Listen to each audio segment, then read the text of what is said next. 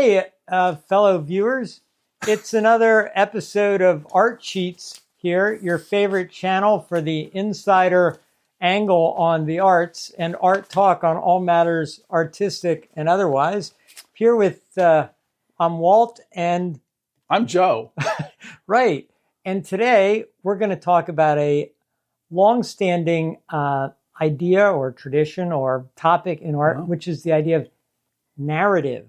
Oh, everyone loves a good story. That is in fact what narrative is. It is the story or the storytelling, or whether the work tells a story. But there's actually more to it than that, Joe. Yes, of course. You know, in art, there's always multiple levels. Multiple levels. And we're going to try to, well, let's talk about two of them today anyway. I think we're going to go through five. I've got 5 levels. Okay. So the first idea is just that... He's got a plan. In olden days, olden time, you go back to the Egyptians even, or to the, Trajan's column. So people used to sometimes record a historical event with art. Well, it was very common. It was. And, I think we might show some examples of various pictorial representations of different historical events. Oh yeah, I was smitten by a work in Rome. I'm not. I'll look up what the museum was, but they had this huge painting, and it was about the Zulu Wars. Oh man, it was beautiful. You could almost smell the dust. It was such a beautifully rendered painting. There is a Jerome painting of gladiators in the gladiatorial arena that I think may have even been part of the art director basis for the movie Gladiator. But it's a heck of a thing, right? And of course Jerome, painting in the late 1880s, he had to kind of imagine he had no idea what a gladiatorial combat looked like back in old history, right. So he had to do that. But we've kind of jumped ahead because really the way it went was, the Egyptians, the Romans, they portrayed historical myths and legends. Mm-hmm. And then in the Middle Ages, for a long time, all the narrative paintings were about religion. Right. It was just religion, right. Jesus, Mary, somebody in a manger, somebody on a cross. Bush on fire. Right. A woman with a baby in her arms, the Madonna. A baby in a basket in the reeds. People marching. So there was a long period where the historical narratives, the stories were about religious stories to educate the illiterate peasants. They had no other way to. They couldn't read, so they couldn't. Well, it was like TV of the time. It was the TV of the time, or movies, yeah. And so that was most of narrative story painting until the 1800s. Even 1800s, people suddenly said, "Well, maybe I'll just paint a landscape, or maybe I'll just paint ordinary people, or maybe I'll paint." Well, I think it was a big jump to paint ordinary people. Right, in art. But, and that was really maybe even into the 20th century when you start representing the common people. Or, the late 19th century, you get workers in the fields. I think, there's a painting by the potato eaters. The potato eaters, right. Yeah, which is, pretty much ordinary people. But I think that comes down to story because, the story there is they're eating potatoes. Exactly. So an artist would sit there and say, why would I paint someone working in a field? There's no story there. Yeah. When you're talking about these huge biblical stories, right? You're talking about these huge historical events. Right. And so that's kind of the tricky thing, because once you move away from the story everybody knows, like, how Luke Skywalker and, Obi-Wan, everybody knows the story. You move away from that story to a personal story. Nobody knows it, and it's probably harder to connect with the audience and a little trickier. Yeah, I think historically, nowadays, that seems to be the thing, is like tell your personal story. Which is often a mistake. Because it's not that good, or it's trying too hard to be, one thing. Or it's just like, okay, we all know that it's a rainbow world and everybody's got their own thing. Exactly. But, I'd really rather hear the story of, Lawrence of Arabia than the story of somebody that's, sheltered guy living alone in the Bronx playing video games. Of course. Yeah. Who would want to listen to that? Yeah. Well, okay. So anyway, that's narrative in art. Yeah. A lot of it was about history, and then it's the story. Currently, it became more personal, and it also became, there was a period where artists thought, well, this is what the old people did. It's old, so we want to get new. So instead of being about story, we're just going to be about painting, or just be about, and then it became about abstraction and stuff where you couldn't find a reference in history. Art became about art. Art about art, or art about how you made it, or about yourself disconnected from history. And so, and that's kind of the trajectory. Now, recently, narrative has come back into a little more vogue. You will find contemporary painters that are trying to paint story paintings, telling this. Neo Rauch, who we talked about. Rauch. Yeah, thank you always for correcting me on my Germanic pronunciation. But I mean, he's painting sort of semi-story paintings about the German Democratic Republic and his youth and this and that. Well, I remember there was, this, to me, this was, I remember this, and this is probably in the 80s, trying to get a handle on postmodern art. Oh my God. Well, yeah, I know. Get a big handle there. Well, it was huge because it was like, oh, Jesus Christ. But part of it was a return to narrative and a return to storytelling. Yes. Right? Because that was poo-poo since like 1940 something up until, the 70s. Yeah, postmodern was basically when you could start grabbing pieces of anything and putting them back together in a new configuration. And that included historical stuff and storytelling things. Yeah. Yeah, and it wasn't, it was like, what do we do after modern art? And what do we do after modernism? Exactly. And we start bringing back oldism and storyism and the old stuff. We need to trademark that. Yeah, oldism. Yeah. There are people now that are doing interesting painting that is a combination of classical and there's a guy in Italy named Nicola Samori. We'll show in Nicola Samori. And he's doing very old, like they look like medieval paintings, but he's tearing them up and messing them up. And he's you would say, I would almost say he's manipulating history, Joe. Yeah. He's manipulating our expectations. It'd be like if you had the Mona Lisa and you just like tore it a little bit and put some goop on it and messed it up a bit. Sure. Well, that's postmodern, Joe. Is it? That's what they say. They said? Whoever they are, that's what they say. But okay, I never got a strong beat on it. Well, so that's that thread of narrative in the art world. Now, the other thread of narrative is, and by narrative we really mean the story that's being told. Exactly. It's either the story that's being told. It's either the story in the art, about the artist, what the gallery is saying about the artist, what the critics are saying about the artist, what the artist is saying about the gallery and the critics. I mean, it is this whole network of people telling different things about the art. Well, it's like the story. It's the story of art's part of it. So, for instance, when you get into things like abstraction, the beginnings of abstraction, it's about like, hey, art is taking command of itself, right? Yes. And that's kind of the story. Right. Like, that's the idea, right? Photography, if you want a picture of somebody, you want a picture of a scene, it's photography, right? And so now we're going to start focusing on what art is, and we're going to do art about art. And that's a story.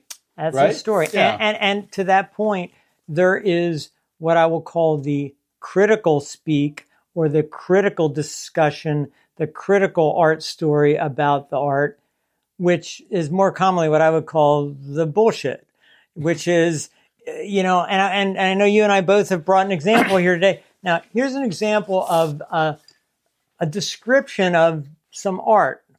The work negotiates the effective residue of post-colonial spatial trauma, destabilizing hegemonic ocular regimes through a practice of strategic unbelonging. So there is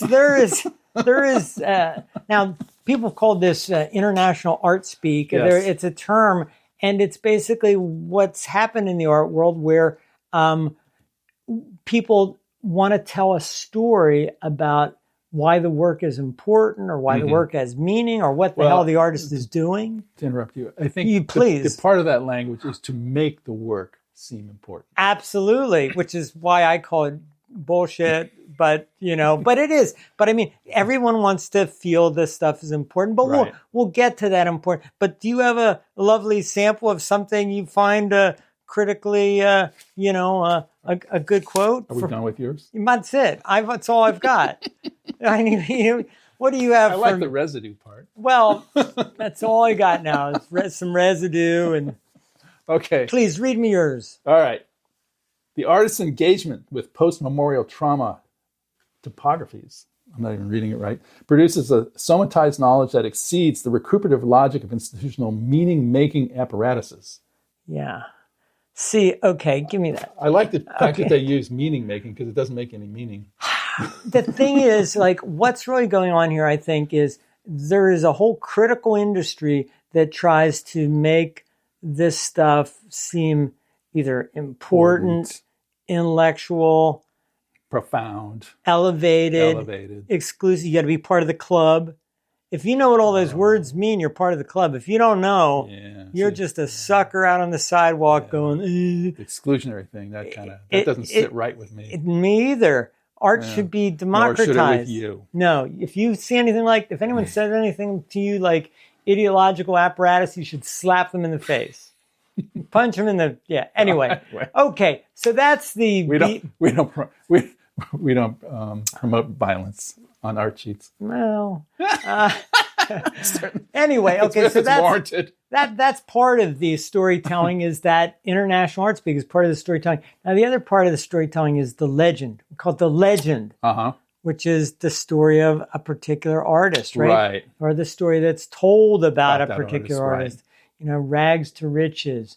Jean-Michel Basquiat is living on the street, as eating out of tin cans. And then Andy Warhol discovered him. And then he became a darling of the art world, but he was resistant. He's an exemplar. Or Gauguin. I love Gauguin. Okay, Gauguin, he wanted to be an artist, but his family wanted him to be a banker. Sure. He didn't want to be a banker, but he married and had children. And Basquiat too. Really? I guess that's right. His dad was a banker. Well, maybe that's what we're missing out on, Joe. My dad wasn't a banker. He was a doctor, though. Yeah, well, but he didn't know crap about money. Anyway, so Gauguin, his whole story, he wanted to go to the primitive world. First he went to the Caribbean, then he went to Tahiti. So he had notebooks, Rapa Nui. He wrote his whole story in notebooks so people could later unpack And if no one knows what his art looks like, they know that he's a French artist that went away to the islands in Tahiti and then lived this sort of crazy life. Well, that's the thing, that the historical narrative about who the artist was and what it kind of influences the price, the reception, right? Because now Gauguin is taboo because he had a young bride in Polynesia. Sure, well, and so it all gets complicated by you can't. There are galleries now that would say, well, we're not going to show Gauguin. Sure. He was a pedophile. But there is the story. And here's an art sheet tip. Better start working on your legend right now. Right? How's yours coming? I have resisted because I don't want to be pigeonholed as the guy that does X or Y or Z. It's probably a mistake. It's probably better to start your legend. In spite of that.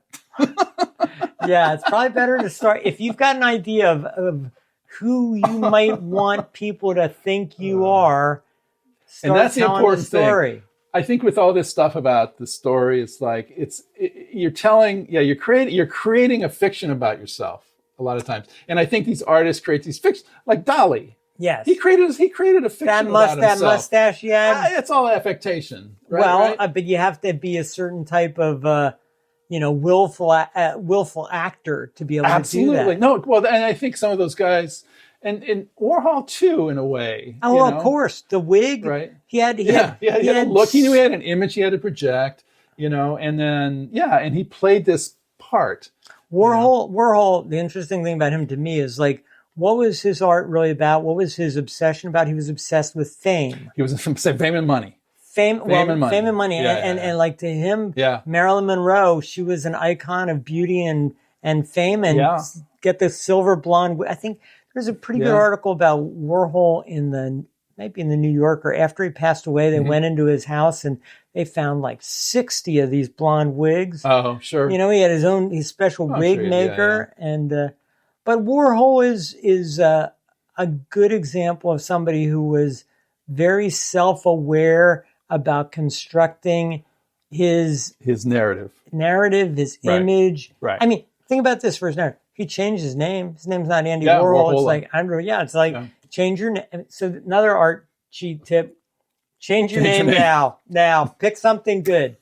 In Hollywood, I always too late for me. Well, yeah, me too. And I have a good phonetic spelling for my last name, so I can run with that. It is you put that up on the thing. It's an interesting. Yeah, that's a tough one. I mean, the first time I saw it, I felt embarrassed because I thought I'll never be able to say that. It's only 6 letters. Yeah, but this is a known thing in Hollywood. I mean, if you've got this is why all the Hollywood actors change their names. You got to have a good name to put on a thing. It's because people don't remember an odd name. A nice strong name. Kind of. Well, anyway, and as it relates to your story, Yes. So the name is part of the story. Yeah. So Warhol, Dali, I mean, and even Picasso, they managed their story. Right. So you manage your story, and then I mean, you were right on it when you said Dali about, what is your public presentation, right? Because there are people that are extremely flamboyant publicly, right, and there are people that are reclusive, and either one can work. And even the reclusive ones may choose a flamboyant personality because they know that's going to work for them as well. Yeah, right. And I think about reclusive writers like Cormac McCarthy and J.D. Salinger. Right. People did not give many interviews. There are reclusive artists who don't. And that's the air of mystery. Oh, well, now you've hit on a thing, because here's another art sheet tip. You want people to be interested in your work? Be a magician. Don't do a demo. Don't show them all your secrets. Don't give it all away. Oh, no, yeah. Keep some freaking mystery in the box. Right, mystery. Mystery is a good part of any good story.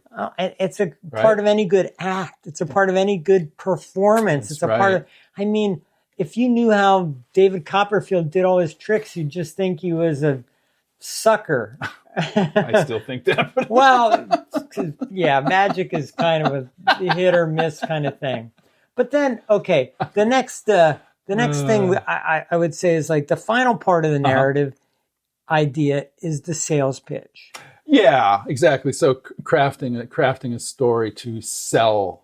Because ultimately that's what it's about for a lot of stuff. Now, I remember years ago, I was in New York and I was meeting with my friend Nathaniel, who's a super smart, super creative advertising guy. And we had gone to some art stuff and he was like, well, hey, this art, what's your take on this art world thing? Explain it to me. How does this thing work? Right. And I was like, I gave him my whole download and everything. Right. And, he listened to me for 20 minutes and then he said, oh, so it's a con game. It's a con game. And I was like, well, I tried to push back, but then he was like, no, it's a con game in the most classic sense of what a con is, which is like, it's about con from confidence. It's right. Confidence, that's right. It's like through the whole story and the bullshit and the history and my performance, I'm going to give you the confidence that my work is important and Andy good. Warhol and was a con man. I mean, it's a complete con man. And Dali was a complete con man. I mean, that was the fundamentals of their I think a lot of their output. But it's not necessarily wrong. No, and I think there's little, and we don't, and you don't have, it doesn't have to be a grandiose con. I mean, everything's a con. I mean, it's pretty basically much. Like you said, look, hey, I want someone to buy my work, right? So I'm going to kind of craft a little story about myself. I'm going to craft a little story about the work. Well, you got to get them interested. You got to get them interested, right? And it's not like it's dishonest. And it's just that, look, the way I'm going to describe this is going to make it compelling. It's going to throw some mystery in there. It's going to make them they're going to make people want to be a part of your little world. Yeah, yeah. I mean, the only way or place it becomes a con is when, and for the most part, it's not. I mean, most artists are genuinely making what they can make. 99%. They're doing their best. They're doing their best. They're not trying to just right. snow you in. Yeah. They're trying to like make an actual work that they think is good, that you can put on your wall and enjoy. Yeah, and I don't know if it's still true, because I mean, and I'm sure it is, of course, but there's this kind of this thing about, at least certainly through the 60s and the 70s, it's like, I'm making my art, and what's your art about? I don't know. Which might actually be okay. Yeah, it's like, you tell me. I mean, the lyrics of David Bowie, the lyrics of Bob Dylan. I mean, what do they mean? It's like, and I was, the other day, I was listening to the lyrics of Mikan's song. And I'm like, I even looked it up. It's like, what does the song mean? It's like, it doesn't really mean much. If somebody told me that they didn't know what their work meant, and I wanted to be, completely open, I might go, oh, okay, so it's just coming from your subconscious. And sure, and that was the argument, right? Yeah. Right. You're pouring out your subconscious. I don't know what it is. It's like I'm in therapy to the world, and it's for other people to interpret. Now, most people's subconscious is just a shit pile. Oh, yeah. I mean, it's just not, it's garbage. Probably present company included. No, well, I mean, it's just like, your subconscious, like literally, if we had Freud here, he would say your subconscious is a jumble of like anxiety and desire and, your mother and this and that. Yeah. So don't forget Dad. Yeah. So your subconscious I would just say that your subconscious is probably not a super reliable partner in art creation. Though if you want to, it seemed to work for a lot of people. Yeah, if you want to expose it to us, that's okay. That's a trick. That is a slippery slope. Because it could be so embarrassing. So just running right down to the final bullets here for art sheets. Basically, what's the bottom line here? Narrative. We'd like you to tell your story of who you are in an interesting way. We'd like you to tell us about the work in an interesting way, but don't get into too much bullshit and don't try to trick us, because we know these words like postmodernism. You said that one. I did. I brought it up. Yeah. And, so try and keep it real. If you want to start creating your story, your legend, and start acting that out, it might help. It might be more interesting than just sitting there humbly and being like,